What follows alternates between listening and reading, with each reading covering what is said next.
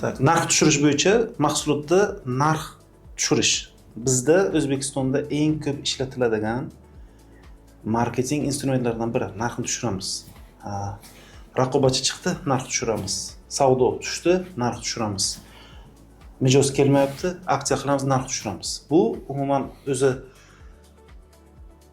savdoni tushishi yoki boshqa holatlar, ya'ni biznesning orqaga ketishi doim narx uchun ham bo'lmaydi. Chunki hozir buni tushuntiraman. Narx tushirishning o'zi xavflari bor biznesga va avvalambor buni hisobga olish kerak. Birinchi navbatda narx tushishda birinchi xavfimiz marja kamayadi.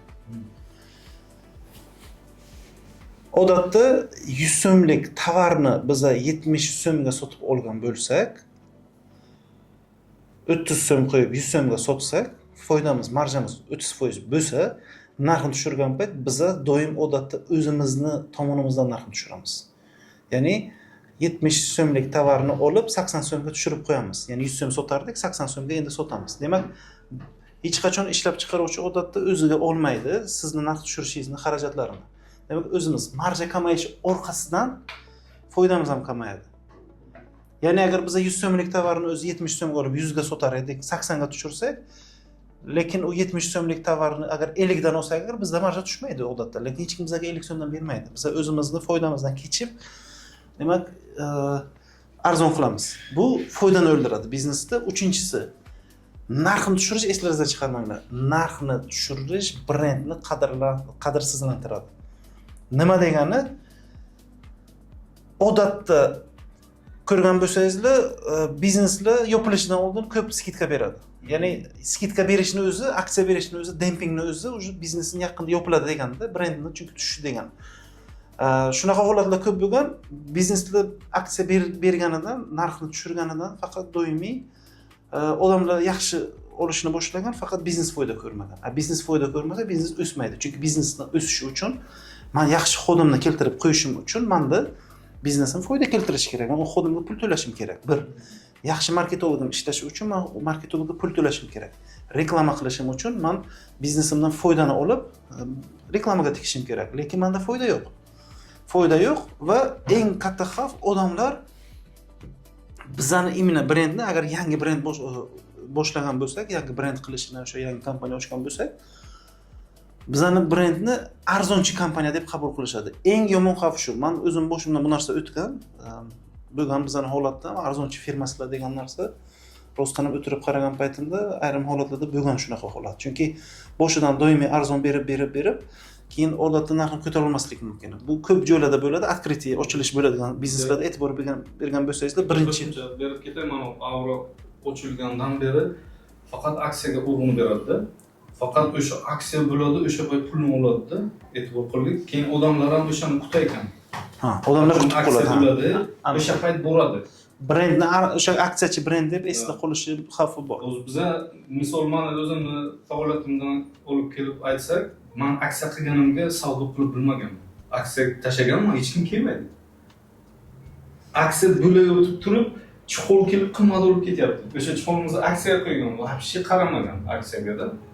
Значит, bizga aksiya to'g'ri kelmaydi. Yo'q, u da hozir mavzumizning oxirida aynan shu haqida gaplashamiz. O'zi aytganimda juda ham qiziq mavzu bo'ladi. Daftarni ochmasdan turinglar dedim o'sha joyda. To'rtinchisi, narxni tushirishning eng katta yomon oqibatlaridan biri sifatsiz mijoz keladi. Shunaqa kategoriya odamlar bor, arzon narxni kuzatib, kutib yuradiganlar, vaqti ko'p odamlar bor. Vaqti ko'p odamlar vaqtini pul ishlashiga, ishini qilishiga sarflamaydi, faqat shunaqa arzon joylarni qidirib, eng arzonni qidirib yuradiganlar sarflaydi. Sizlar narxni tushirgan payt aynan sizlarga shunaqa mijozlar keladi. Sizlar xursand bo'lishlaringiz mumkinki, menda mijoz keldi, narxni tushirdim. Hammasi ajoyib, mijoz yig'ib bildim. Ular sizlarning mijozlaringiz emas. Ular pul uchun kelgan mijozlar, narx uchun, ular narx uchun ketadi ham. Ertaga ko'taringizlar ketadi. Ertaga sizlardan kimdir arzon narxni bersa, u ketadi. Umuman arzon narxda o'ynashni yutadigan odam bilasizlarmi kim? Eng arzon narxni bera oladigan kompaniya. Va narx doim odatda eng oxiri 0 gacha tushirishi mumkin, ya'ni bepul berish mumkin. Va bepul odatda hech kim bera olmaydi. Mahsulotni.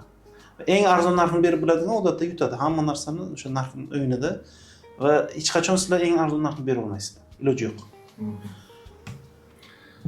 Beshinchisi premiumligi yo'qoladi. Agar sizlarning soha premium bo'lsa, qimmat soha bo'lsa, premium narsalarni sotsangizlar, masalan, restoran bo'lsa, yaxshi restoran bo'lsangizlar yoki boshqa sohada eng yaxshi bo'lsangizlar, sizlarning aksiya berishlar sizlarning obro'yingizni tushiradi. Shunaqa kompaniya aksiya beribdi. Odatda e'tibor bergan bo'lsangizlar, yaxshi brendlar aksiya bermaydi hech qachon. Zo'r, kuchli brendlar aksiya bermaydi, shunchaki bermaydi. Chegirma bermaydi. Aynan sizning sohangizdan o'sha tuning sohasi premium soha bo'ladi, chunki tuning hamma qilmaydi. Shu sabab sizni aksiya berishingiz sizning zararingizga ham ishlashi mumkin. Shunaqa. Va bozorda arzon segmentga tushib qolish xavfi bor aksiya berish orqali. O'tgan kun ham tushuntirdim, segmentlar bor. O'rta segment bor, yuqori segment, past segment. Odatda yuqori bilan o'rta segmentni sifati hech qanaqa deyarli farqlanmaydi. Va o'rta bilan eng quyi segment ham ko'p katta farqi yo'q, farqlanmaydi. 10% farqlanishi mumkin. Ya'ni eng arzon narsa o'rtacha narsadan 10% sifatsizroq. O'rtacha narsa eng arzondan 10% yaxshiroq. Va premium narsa ham eng o'rtadagidan 10% yaxshiroq. Demak, sizlarni aksiya berishingiz odamlar miyasida avtomatik ravishda sizni eng past joyga tushirib qo'yadi. O'zimdan ham shunaqa holat bo'ladi. Biz bu yoqlarda narxni bir vaqt aksiya berib ko'ramiz. Aksiya berib ko'rgan paytimizda mijozdan birinchi savoli so'rab o'tgan deydi kraskalaringizni. Biron aybi bormi deydi. Yo'q, aybi yo'q. Shunchaki sizlarga xursand bo'lishingiz uchun sizlarga chegirma beryapmiz. Yo'q deydi, nimadir gapi bor mahsulotingizni. To есть narxni tushirish mijozlarning ko'z o'ngida sizlarni arzonchi qilib qo'yadi. Juda ham katta xavflari bor va odatda bu yerda ana bu jadvalda berilgan, masalan, sizlar narxni har tushirganlaringizda sizlarni marjalaringiz ko'proq yo'qotadi. Masalan, oddiy tushuntiraman. 100 so'mdan 30 so'm sizlarniki bo'lsa, 70 so'm mahsulotning tan narxi bo'lsa, 30 so'm topyapsizlar, marja, 30% marja. Narxni 10% ga tushirgan payt sizlarning marjalaringiz 2 barobar deyarli tushib ketadi. Chunki o'rda xarajatlaringiz chiqib ketadi. Ozgina tushirgan payt bu yerda shu jadvalda berilgan, ya'ni 20% narx tushiramiz, foydamiz 25% ga tushib ketadi. Narxni masalan 30% tushirsak, deyarli 100% ham tushib ketishi mumkin foydamiz. Narxni tushirishimiz, ya'ni bu yerda formula shunaqaki, har bitta narx tushirish umumiy foydamizga ta'sir qiladi. Hattoki 5% narx tushirish umumiy foydamizni yarmiga ham ta'sir qilishi mumkin.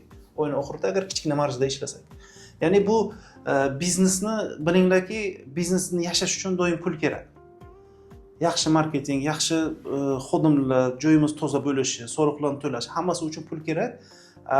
Narxni tushirish degani pul kerak emas menga. Men roziman foydasi ishlashga degani va odatda bu oxir oqibat yaxshilikka olib kelmaydi.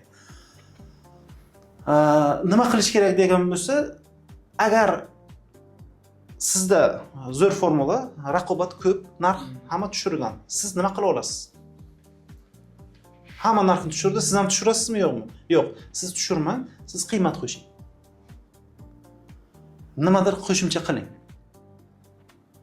U yerda arzon bo'lsa, biz zato ana bu narsadan bepul biz ana bu narsani qo'shib qilyapmiz, bepul emas. Masalan, polirovka sizda $200, raqobatchi $100 qilyapti. Siz aytasiz, menga polirovka bilan yana qanaqadir nimadir qo'shib beramiz o'sha narxning ichida. Ya'ni siz barib yutasiz. Ikkinchi narsa, to'g'ri mijozni tanlang. Sizlarga savol, agar mijozlaringiz faqat pul uchun kelsa, bu sizlarning mijozlaringizmi?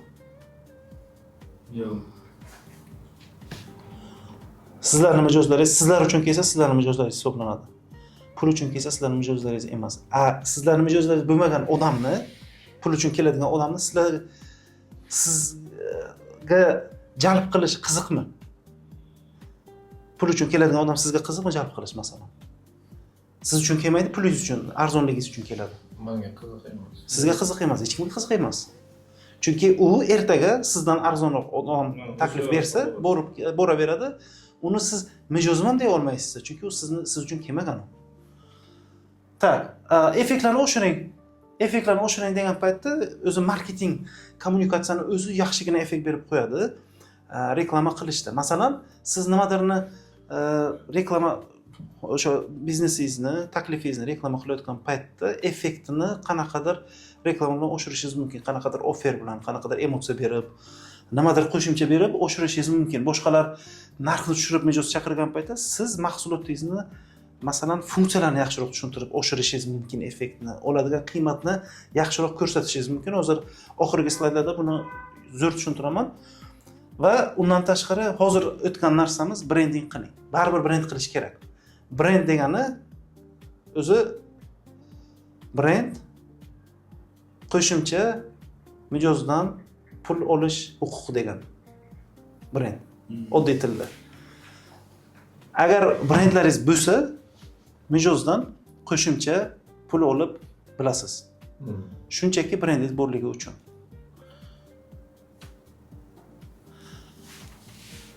Agar sizni narxingiz uchun tanlashsa, savol, sizda brend bormi o'zi? Narxingiz uchun tanladilar. Yo'q brend. Yo'q. Arzonlik uchun keldim desalar agar, nima edi korxonangiz nomi deydi, shunaqa bo'ladi-da, nima yozilgan edi, shu o'sha korxonasida deydi, masalan. Brend uchun kelmagan bo'ladi. Prosta bilishlaringiz kerak bo'lgan narsa, nima uchun arzon qilyapman? Mijoz kelishi uchun. Arzon qilsam qanaqa mijoz keladi? Sifatsiz mijoz keladi. Bizani tanagan uchun kelmaydi mijoz, sifatsiz. Pulimiz arzon qilganimiz uchun keladi. Bunaqa mijoz menga kerakmi? Kerakmi bunaqa mijoz? Yo'q. Uzoq muddatda kerak emas. Hozirgi muddatda kerak. Ya'ni biz uchun kelgan mijoz narxga unchalik ham qaramaydi mana. Agar qiymatni yetkazib berib bilsangiz, brendning ustiga ishlagan bo'lsangiz, sizga ishonsa, yetgan bo'lsa, o'sha qiymatingiz ungacha pulingizga qaramaydi uncha. Qaramaydi, menga ham ko'p bo'ladi buni. Keladi, mana shu xizmatlar aka, chek, katta chek. Talashib olmay turmaydi aka, arzon qilib bera olsangiz, arzon qilib bering deydi. Misol moshini qo'yib ketadi. Ko'chadan kelsa shu qiynalamiz. Bizga shu ishonchsizlikda qaraydi, xuddi bir aldayotgandek qaraydi. O'zi 100 ming yoki 200 minglik narsa oladimi yo'qmi? Katta chek keladi-yu, prosta moshini tashlab ketadi. Aka, biz sizga ishonamiz deydi. Nima ko'rib boramiz deydi, sizni kuzatib boramiz. Oson bizga-da ular bilan ishlash. Lekin aytadi, aka sizga qimmat, lekin sifat uchun kelamiz deydi. Sal qimmat deydi. Bir ikkitasi aytgan shunaqa. So'raymiz-ku. Lekin bari sifat uchun deb kelamiz deydi. Bundan oldin 10x saqladik, bundan oldin qayerdadir borib aytgan. Qildirgan, kuydirib qo'ygan polirovkasi. O'sha payt nimaga kelmadim deb afsus yedim dedi. Sizga qimmat deb kelmadim dedi. Axir oqibat yana keldim dedi. Shuncha pulni tashlab ketyapman dedi. Ya'ni aytgan, xohlagan narxingizni ayting. Zo'r, ajoyib. Demak, keyingi slaydimiz kassadagi pul foyda degani emas. Odatdagi ssenariy tadbirkorlar qanaqa qiladi? Kichkinaroq tadbirkor, katta tadbirkor emas, hisob kitobi yo'q tadbirkor. Hamma qarzdan to'laydi. Bu yerdan qarz, bu yerdan qarz, поставщикlardan qarz to'laydi. Ijaralarni to'laydi, xodimni oyligini to'laydi. Qolgan hamma xarajatlarni to'laydi, do'konga qaraydi, shu tovar yetarlicha, kassaga qolgan pulni qaraydi, uyiga qolgan pul qancha, o'sha foydam deb o'ylaydi. O'yin oxirida. Ayrim payt ko'p ham pul qolib ketadi. Bo'ladimi shunaqa holatlar? Ma'nolar ana shunday. O'zi 30 million qolishi kerak edi, 50 million qolib ketdi kassada. Qayerdan qolib ketdi 50 million? Keyinda значит zo'r ishlarmizda deydi. Tushunamsizlar? Zo'r ishlarimiz 50 million foyda, 50 million meniki. Hech kimdan qarzim yo'q. Tovarim to'lam do'konda. Xarajatlar to'langan, ijaralar berilgan, kommunalkalar berilgan. 50 million uyga qolgan mendan foydam. Bu doim bunaqa degani emas. Hozir buni tushuntiramiz.